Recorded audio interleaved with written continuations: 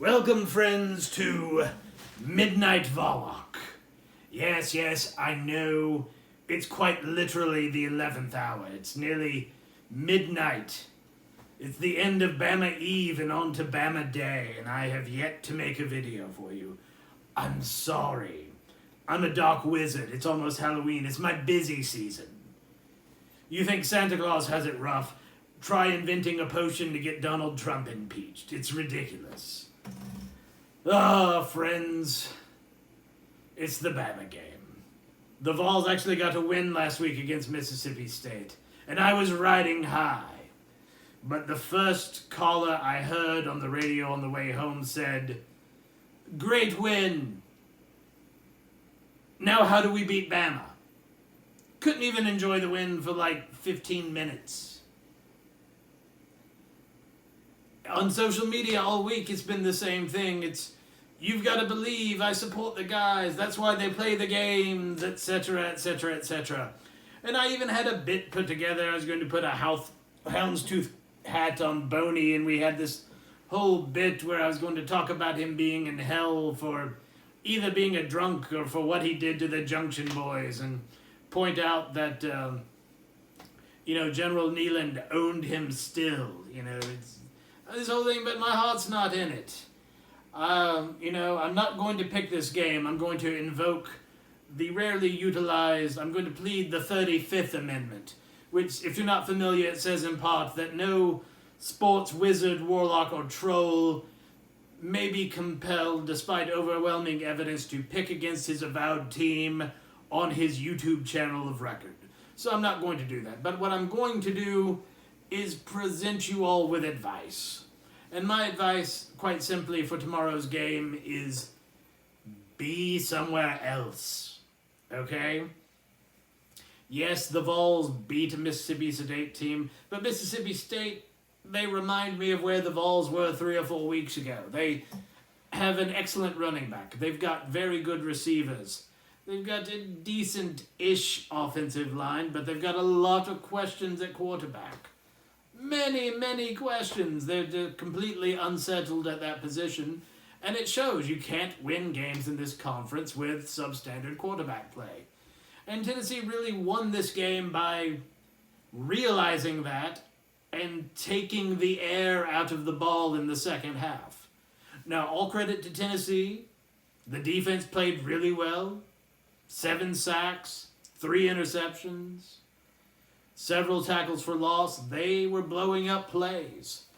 And the Tennessee coaches, to their credit, they realized that the only way this game would get away was if they made a mistake and handed it to the Bulldogs, which they weren't going to do. I will give Coach Pruitt this much. When a team comes into Neyland Stadium and they're totally one-dimensional, he can put together a defensive game plan to take that one dimension away.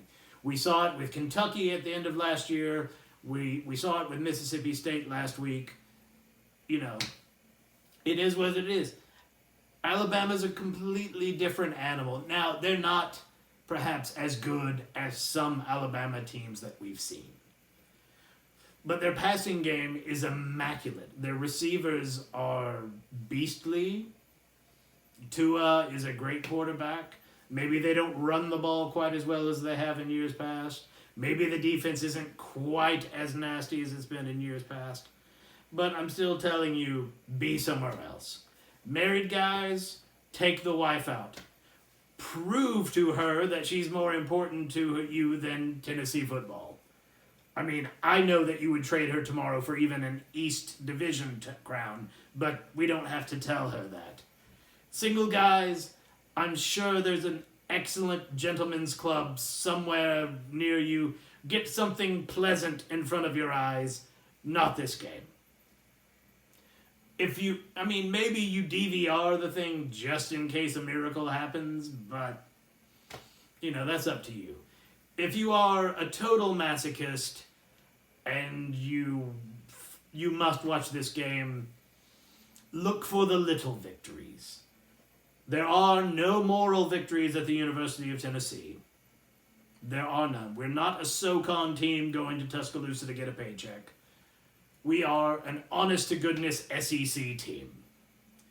But look for plays on which don't just follow the ball, but look for plays where the offensive line gets it blocked effectively.